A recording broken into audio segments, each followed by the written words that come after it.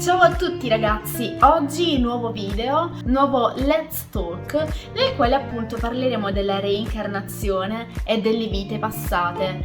Se mi vedete con questo look è perché ho appena finito di registrare il video sul il mio segno zodiacale sceglie il mio make-up e il mio hairstyle e questo è quello che è riuscito fuori. Sì, sono proprio nel pieno del mio segno zodiacale che è lo Scorpione, anche perché il mistero, le curiosità e tutto ciò che è misterioso è qualcosa che comunque appassiona molto lo Scorpione, quindi oggi sono proprio nel mio giorno. E niente, prima di cominciare vorrei ricordarvi di iscrivervi al canale e lasciarmi un mi piace se vi piace il video, e adesso possiamo cominciare subito.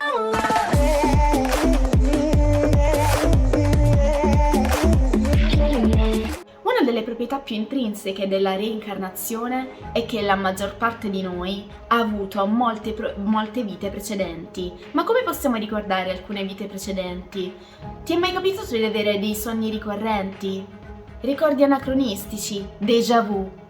O forti intuizioni?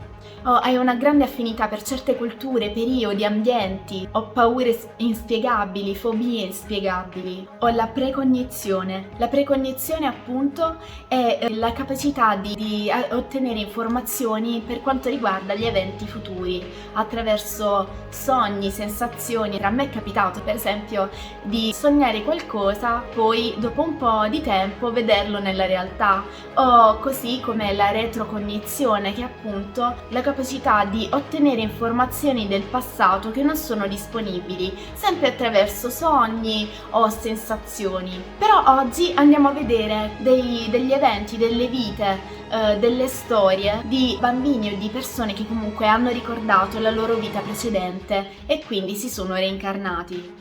Il primo caso è quello di Golan Eitz, il bimbo che ha fatto incriminare il suo assassino. Sarebbe venuto all'interno di una comunità drusa nella regione delle alture del Golan. Qui un piccolo nato con una voglia sulla testa a circa 3 anni avrebbe cominciato a ricordare perché quella voglia, perché quel segno.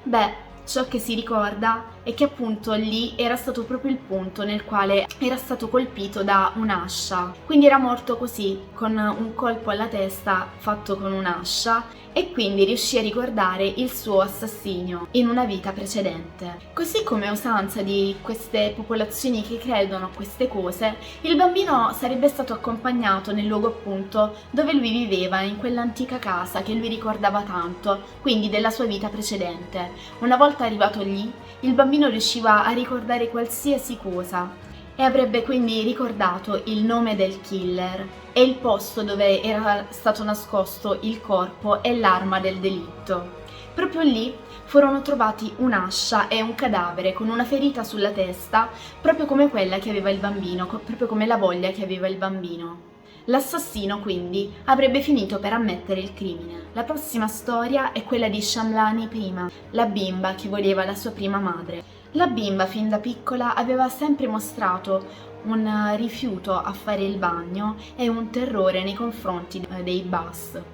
Le motivazioni di quei comportamenti insoliti, di quelle paure, fobie insolite, sarebbero emerse solo più tardi, quando Shamlani comincia a parlare di una vita antecedente, dove appunto un bus l'aveva spinta in un campo di riso, dove poi lei sarebbe annegata. La bimba, oltre alla circostanza della morte, cominciò a ricordare anche i nomi dei suoi ex genitori che appunto avevano perso una figlia proprio un anno prima della nascita di Shamlani. La cosa più sconvolgente però è che Shamlani aveva appunto gli stessi gusti della defunta Amaseli. Quello che colpisce maggiormente però è che Shamlani per parecchi anni avrebbe appunto preferito la madre di Amaseli, della defunta Amaseli, alla sua. D'altronde però con il passare degli anni i suoi ricordi sono annebbiati e quindi ha cominciato a dimenticare quei ricordi della vita precedente. La prossima storia è una storia che a me davvero appassiona molto, ho visto diversi documentari a riguardo di questa storia ed è appunto la storia di un bambino che ricorda di essere stato un pilota nella seconda guerra mondiale. Il dottor Jim Tucker della Virginia ha appunto studiato il caso di James Leininger della Louisiana, il quale appunto all'età di 2 anni ha iniziato ad avere l'incubo di schiantarsi con un aereo. Ha detto appunto che l'aereo era stato abbattuto dai giapponesi, era decollato dalla nave Natoma e si ricordava anche il nome di un amico, ovvero Jack Larson. Aveva anche suggerito che in quella vita precedente il suo nome era James. Un pilota che ha combattuto realmente nella seconda guerra mondiale, la cui vita e la cui morte corrispondono a tutti quei dettagli che appunto James Leininger aveva dato, era esistito realmente. Il suo nome era appunto James Houston Jr. Leininger è stato anche capace di identificare attraverso una fotografia il luogo nel quale l'aereo si era schiantato. Il prossimo caso, la prossima storia è davvero una storia molto appassionante, è il caso di Dorothy Haley, la bambina, la ragazza che si ricordò che nella vita precedente aveva vissuto in Egitto. Infatti Dorothy Haley, nata a Blackheath in un quartiere a sud di Londra il 16 gennaio 1904, all'età di 3 anni ebbe un grave trauma. La bambina infatti cadde rovinosamente da una scala perdendo i sensi. Il medico, allertato dai genitori, raggiunse subito la casa e appurò il decesso. Non fu così però, perché Dorothy, tra le lacrime inconsolabili della madre, riaprì gli occhi. I genitori di Dorothy esplosero di gioia ovviamente, ma qualcosa di inspiegabile era successo nella mente della bambina. Passarono alcuni anni e durante una visita al British Museum di Londra, la bambina rimase folgorata dalle mummie esposte nella sezione dedicata all'antico Egitto, tanto che i genitori dovettero trascinarla a casa con la forza. Qualche notte più tardi, nei sogni di Dorothy, iniziarono a profilarsi templi, piramidi, faraoni egizi e immagini di lei stessa nelle vesti di una ragazza egiziana. Sogni ricorrenti che appunto perseguitavano la ragazza fino a quando non riconobbe il volto del faraone che appunto la cercava nel buio. Si trattava appunto di Seti I, faraone della XIX dinastia nel 1300 a.C., il cui volto aveva visto in un'immagine. Non è tutto però. Una notte Dorothy si alzò dal letto e, caduta in trance, cominciò a scrivere su un foglio alcuni segni che ricordavano molto i geroglifici dell'antico Egitto. I genitori della bambina, della ragazzina, cominciarono a preoccuparsi ovviamente e chiesero l'aiuto di diversi medici, ma i sogni di Dorothy continuavano. Sognava statue, sarcofagi e di trovarsi appunto in una camera insieme ad altre ragazze e un uomo abbigliato come un sacerdote che la percuoteva con un bastone. Inquieta, terrorizzata ma incuriosita da quei sogni, la giovane cominciò a studiare la storia dell'antico Egitto e il sistema di scrittura utilizzato a quel tempo, scoprendo che i segni da lei vergati da sonnambula raccontavano una storia davvero accaduta, la parabola esistenziale di una donna vissuta proprio al tempo del faraone Seti I, circa 1300 anni prima della nascita di Cristo. Chi era questa donna? Il suo nome sarebbe stato quello di Bentresit, una giovane sacerdotessa di Abido, che sotto pressione delle autorità si sarebbe tolta la vita a 14 anni per non svelare l'identità dell'uomo che amava, col quale aveva rotto il voto di castità al quale era tenuta. Quell'uomo era proprio il faraone Seti I. Nei primi anni 30 lasciò i genitori e andò a vivere a Londra.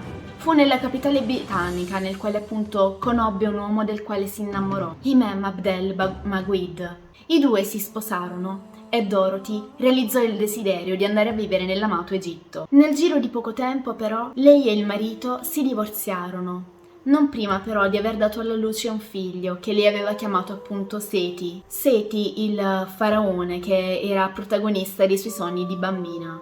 Qualche anno dopo si trasferì col figliolo a Naslat al-Saman, nei pressi delle piramidi di Giza. Qui lavorò come disegnatrice e cominciò a intraprendere brevi pellegrinaggi ad Abido. Ad Abido però si trasferì definitivamente soltanto nel 1956.